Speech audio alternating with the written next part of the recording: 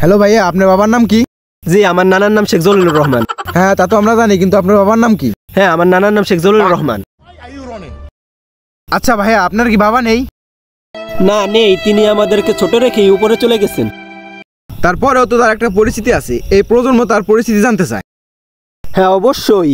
আমার নানার নাম শেখ জলিলুর রহমান, আমার মায়ের নাম শেখ সাজিনা, আমার নাম লতিফুর রহমান বিজয়। আচ্ছা, এ প্রসঙ্গপাত কিছু মনে করবেন না। আমরা শুনলাম আপনার মা নাকি পাশের বাড়ি দাদার সাথে ভাইগে গেছে। আসলে আমার মা পালায়নি, মিডিয়ায় সমস্ত কিছু গুজব লটাচ্ছে। আমার মা আসলে পাশের বাসার দাদার সাথে থুক্কু পাশের বাসার কাকার সাথে ঘুরতে গেছে। আমার মা ফিরবে, আমার মা খুবই ভয়ঙ্কর রূপে ফিরবে। তার মানে আপনি এটা সংকেত দিচ্ছেন যে আপনার মা আবারও রাজনীতিতে ফিরবে?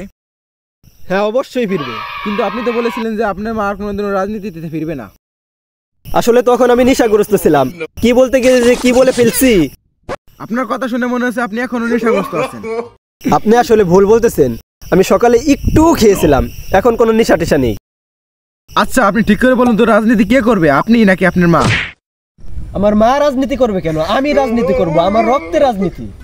আচ্ছা, বুঝলাম আপনি রাজনীতি করবেন, কিন্তু এলাকাবাসী যদি আপনাকে রাজনীতিতে না মেনে নেয় তখন কি করবেন?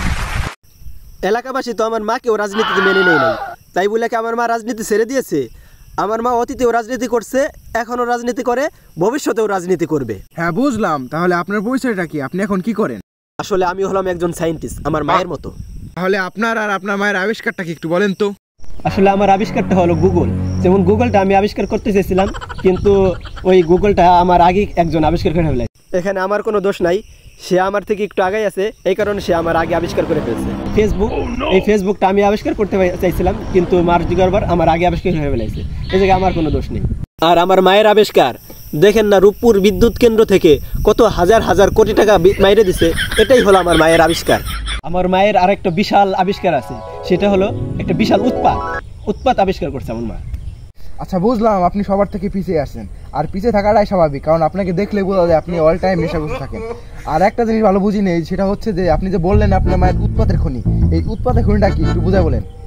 উৎপাতের খনি বলতে যেমন ধরেন আমার মা এমন কিছু গ্যাজেট বানাইছে, যেমন হাউন আঙ্কেল, যে কোনো সময় যে কাউকে উৎপাত করতে পারে, সময় নাই যে কাউকে উৎপাত করতে পারে।